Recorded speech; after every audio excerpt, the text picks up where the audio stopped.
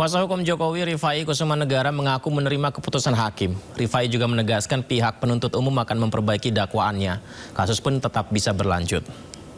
Tentunya kami menghargai putusan yang telah diucapkan, karena bagaimanapun putusan tersebut adalah bagian dari koreksi, check and balance, sebuah proses hukum yang sedang berlangsung. Sekalipun kalau kita cermati, yang dipersoalkan tadi adalah dakwaan dianggap batal demi hukum karena obscure libel, yaitu disebabkan karena ada penggunaan pasal KUHP lama dan KUHP baru secara dalam sebuah dakwaan subsidiar. Ya.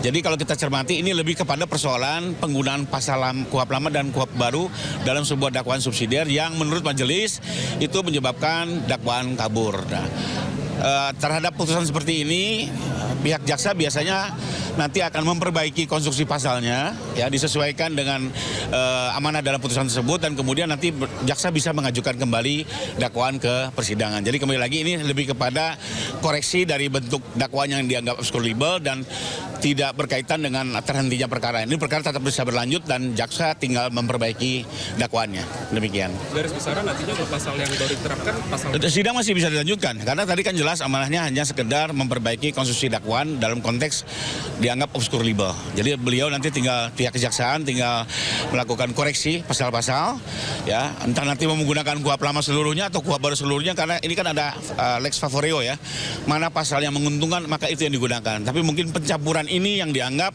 menjadi sebuah keambiguan, sebuah kekaburan. Menurut saya ini sebuah koreksi yang cukup bagus ya, daripada perkara berlanjut sampai di tengah-tengah baru ini jadi persoalan, maka di tahap awal inilah dilakukan koreksi oleh majelis, pihak jaksa tinggal memperbaiki dan menyempurnakan. Tentunya nanti dakwaan yang baru akan lebih sempurna lagi dan mudah-mudahan bisa segera melaju ke persidangan pokok perkara. Perkara kan tetap lanjut. Pasti. Sudah jelas ya, karena kita kan tadi jelas persoalannya hanya soal konstruksi penggunaan pasal. Bang, rencananya pakai pasal lama, Nah, kita kembalikan ke pihak jaksa ya. Jadi memang sekarang ini kan dalam masa transisi KUHP lama baru ini ada dikenal lex favoreo.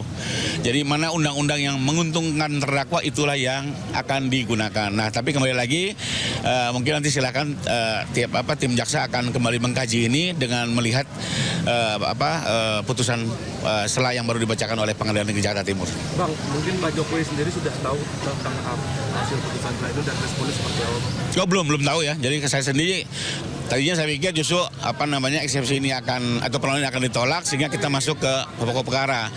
Kami hadir di sini juga untuk mengikuti jadwal yang akan ditetapkan oleh majelis untuk pemeriksaan Pak Jokowi. Sebenarnya Pak Jokowi sendiri sudah siap ya untuk hadir minggu depan, pun sudah ready untuk datang ke sini, sudah mempersiapkan waktu. Tapi ternyata kan putusan setelah ini menyatakan dakwaan perlu diperbaiki dulu ya, dan untuk itu kita hormati, dan mungkin untuk kehadiran Pak Jokowi nanti kita tunggu di persidangan berikutnya. Kementerian mencatat realisasi serapan anggaran tahun 2025 mencapai 94,6 triliun rupiah atau 82,9% dari pagu anggaran sebesar 114,1 triliun rupiah. Persentase tersebut menjadi yang terendah dibandingkan capaian realisasi anggaran dalam 5 tahun terakhir. Kementerian Kesehatan mengungkapkan realisasi anggaran tahun 2025 menjadi yang terendah dalam 5 tahun terakhir. Dalam rapat dengar pendapat bersama Komisi 9 DPR RI, Menteri Kesehatan Budi Gunadi Sadikin menyebut realisasi belanja Kemenkes tahun lalu mencapai 94,6 triliun rupiah atau 82,9% dari pagu anggaran sebesar 114,1 triliun rupiah. Persentase tersebut menjadi yang terendah dibandingkan capaian realisasi anggaran pada periode 2021 hingga 2024. Menurut Budi, rendahnya realisasi tersebut dipengaruhi adanya pemblokiran anggaran sebesar 12,3 triliun rupiah. Karena itu, Budi meminta agar mekanisme pemblokiran anggaran ke depan dapat diperjelas sejak awal, sehingga satuan kerja tidak terlambat menjalankan program. Penyebabnya kenapa? Karena anggarannya dikasih itu diblokir 12,3 triliun. Jadi tidak bisa dipakai anggarannya. Dikasih anggarannya, tapi tidak bisa kita dipakai. Ya, tidak bisa kita cairkan. Kalau kita hilangkan blokir ini dari angka, sebenarnya realisasinya tetap di atas 90%, yaitu 93%, ya, 93%. Masih lebih baik dari tahun 2022. Di sisi lain, Budi mencatat kinerja pendapatan negara bukan pajak meningkat. Total pendapatan mencapai 23,09 triliun rupiah atau naik sekitar 9% dibandingkan tahun sebelumnya. Kenaikan terutama berasal dari peningkatan pendapatan Badan Layanan Umum, khususnya rumah sakit milik pemerintah yang menunjukkan peningkatan kualitas layanan kesehatan.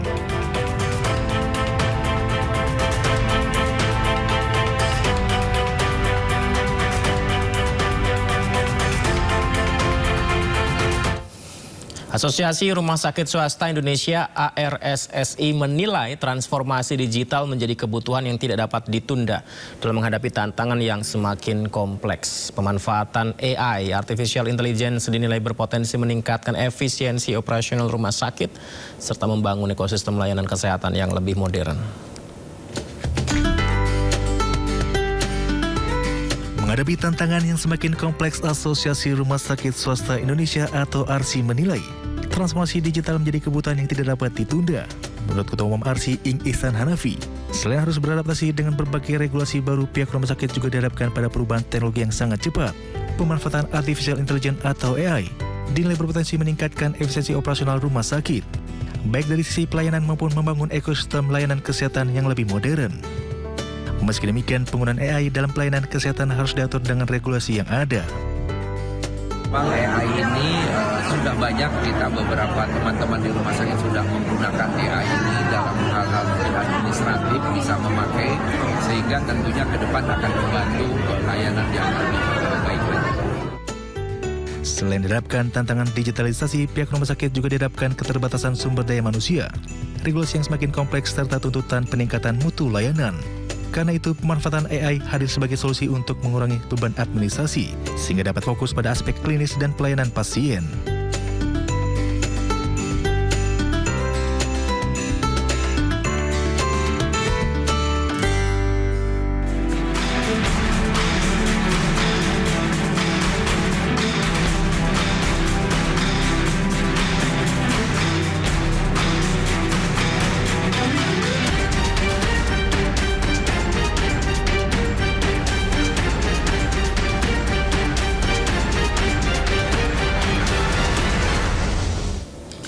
Pemirsa, hari ini Partai Kebangkitan Bangsa PKB menggelar perayaan hari lahir Partai PKB ke-28. Dalam harlah kali ini Presiden Prabowo Subianto menjadi tamu kehormatan untuk menyampaikan pidato.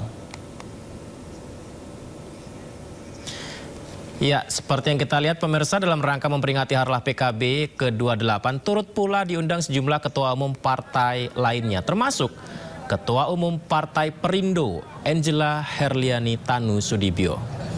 Seperti yang kita saksikan ini pemirsa, Angela disambut langsung oleh Ketua Umum PKB Muhaimin Iskandar. Dan hadir pula Wakil Ketua Umum Gerindra Sufmi Dasko Ahmad. Ya, setelah itu Caimin langsung memberikan sambutannya sebagai Ketua Umum.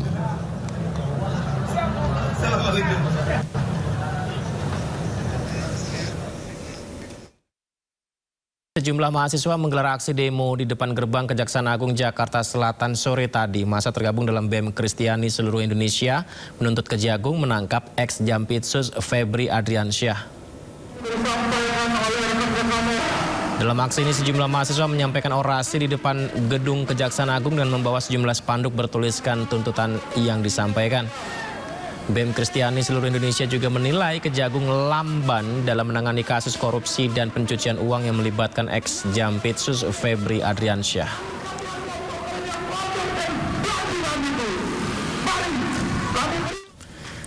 Presiden Prabowo resmi menunjuk Kuntadi sebagai Jampitsus Kejaksaan Agung. Keputusan Presiden telah ditandatangani dan akan segera diserahkan kepada Kejaksaan Agung untuk ditindaklanjuti.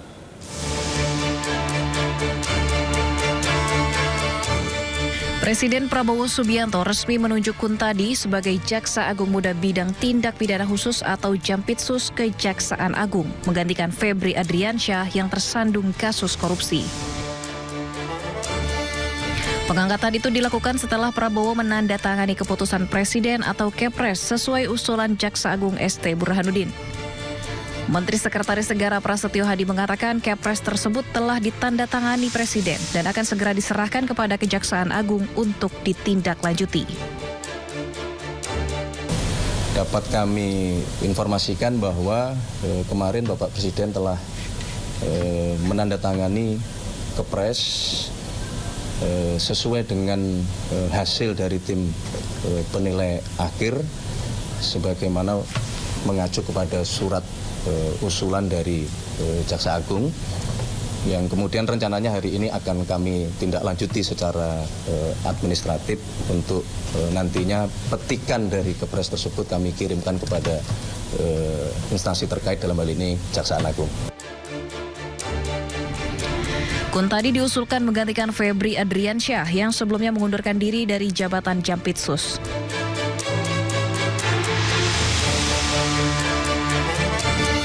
Kuntadi merupakan jaksa senior di Korps Adiaksa yang menjabat sebagai Kepala Badan Pemulihan Aset Kejaksaan Agung. Tim Liputan iNews melaporkan.